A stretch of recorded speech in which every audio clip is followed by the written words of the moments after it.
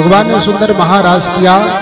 अब गोपियों को अपने सौंदर्य का अभिमान हो गया, इस बात का अभिमान हो गया कि मैं इतना सुंदर हूं कि साक्षात पूर्ण ब्रह्म परमात्मा मेरे साथ नृत्य कर रहे हैं। और राधा रानी को मान हो गया। अभिमान और मान में अंतर है। मान होता है आत्मीय के प्रति, प्रेम के प्रति, और अभिमान होता है किसी वस्तु व पदार्थ के प्रति। तो गोपियों को सिर्फ इस बात का अभिमान हुआ कि मैं परम सुंदरी हूं, सौंदर्यता का अभिमान हुआ। मानव के जीवन में भी यही तो अभिमान होता है, मैं सुंदर हूं, मैं धनवान हूं, मैं गुणवान हूं। कहने का तात्पर्य वही अभिमान गोपियों को हो गया कि मैं सुंदर हूं और मेरा कन्हैया मुझे सबसे ज्यादा प्रेम करता है। भगवान ने मन में विचार किया कि इनको अभिमान रूपी रोग लग गया है, इनको छोड़ना पड़ेगा। भगवान अंतर ध्यान हो गए समस्त गोपियों के बीच से। हजारों लाखों गोपियों के झुंड में से पहले भगवान ने अपने दो गोपियों के बीच में एक माधव, एक गोपी इधर, एक गोपी इधर, और एक कन्हैया बीच में। आज भगवान हर गोपी को मानो ये लगता कि कन्हैया मेरे पास है। तो गोपी के अभिमान को देख करके भगवान अंतर ध्यान हो गए। जब भगवान अंतर ध्यान हो गए तो गोपियां एक दूसरे की तरफ देख करके और मन में विचार करने लगी कि मेरा कन्हैया कहां गया। राधा रानी को लेकर के मेरे गोविंद थोड़ी दूर पर आगे चल करके, और जब राधा रानी को थोड़ी दूर आगे लेकर के जाते हैं तो राधा रानी को ही मान हो गया। इस बात का मान हो गया। राधा रानी ने कहा कन्हैया अब मुझसे नहीं चला जा रहा। भगवान ने कहा जो रोग गोपियों को लगा है यही रोग इनको भी लग गया। भगवान ने कहा कि देवी आपसे नहीं चला जा रहा है तो ऐसा करो, आप मेरे पीठ कंधे पर बैठ जाओ और मैं आपको लेकर के चलता हूँ। जैसे भगवान बैठे राधा रानी को बैठाने के लिए, राधा रानी बैठने के लिए जैसे आगे बढ़ी, गोविंद अंतर ध्यान हो गए। अब राधा रानी भी रुदन करने लगी, गोपियां भी रुदन कर रही हैं आपस में। हे खग हे मृग मधुकर श्रेणी, तुम देखी श्रीता मेघनयनी। जिस प्रकार से राघवेंद्र राम सरकार ने जानकी जी को ढूंढते ढूंढते समस्त लता पताओं से पूछा है, वृक्षों से पूछा है, मृग से, शावक से पूछा है, सबसे पूछा, नाना प्रकार के जीवों से पूछा। उसी प्रकार आज राधा रानी और गोपियां समस्त वृक्षों से, लता पताओं से पूछती हैं कि आपने मेरे स्वामी को कहीं देखा है?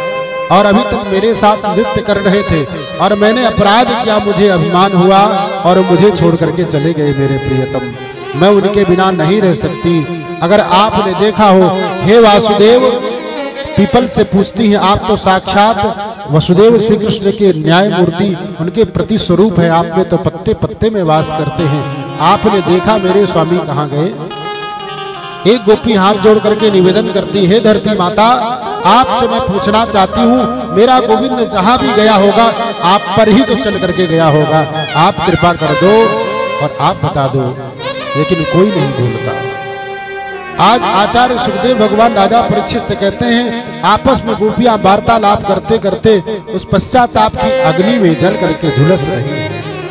तो मैंने इतना बड़ा अपराध किया, अपने गोविंद को अपमान किया, और जो भगवान को बिल्कुल स्वप्न में प्रिय नहीं है वही बात मैंने अपने मन में लाई। आज समस्त गोपियां, एक गोपी, अब आचार्य सुखदेव भगवान कहते हैं कि गोपी अपने आप को इतना प्रेम में मग्न हो गई, स्वयं कृष्ण मानने लगी अपने आप को। हर गोपी, एक गोपी कहती, आओ ब्रजवासियों में गोवर्धन मैंने उठा लिया है, यानी विक्षिप्त अवस्था में हो गई, पागल जैसे हो गई। भगवान श्री कृष्ण के प्रेम में इतना विह्वल हो गई, इतना पागल हो गई कि भगवान की संपूर्ण लीलाओं को अनुकरण करने लगी और अपने आप को स्वयं कृष्ण समझ करके। एक गोपी कहती, आओ ब्रजवासियों, मैंने गोवर्धन उठा लिया है, सब लोग गोरराज भगवान के नीचे आ जाओ। एक गोपी दूसरी गोपी को उठा करके पटक देती है, कहती, आओ ब्रजवासियों, मैंने पूतना को मार दिया है। मानो पागल सी हो गई, विक्षिप्त हो गई, सुध बुध खो दिया गोपियों ने। राधा रानी शांत बैठी हैं और अपने दाहिने पैर के अंगूठे से धरती को कुरेद रही हैं। मानो आचार्य सुखदेव भगवान कहते हैं राजा परीक्षित के राधा रानी के अंदर ये भाव है कि हे धरती माता तुम फट जाओ, मैं तुम में समा जाऊं। मैंने अपने प्रियतम से अपराध किया और वो मुझे छोड़ करके चले गए, अब बिना उनके मैं कैसे रह सकती हूँ। और समस्त गोपियां एकत्रित होकर के और रुदन करने लगी, रोने लगी राधा रानी के समक्ष। अब आइए वेदव्यास जी की लेखनी के द्वारा गोपी गीत का निर्माण किया है वेदव्यास जी ने।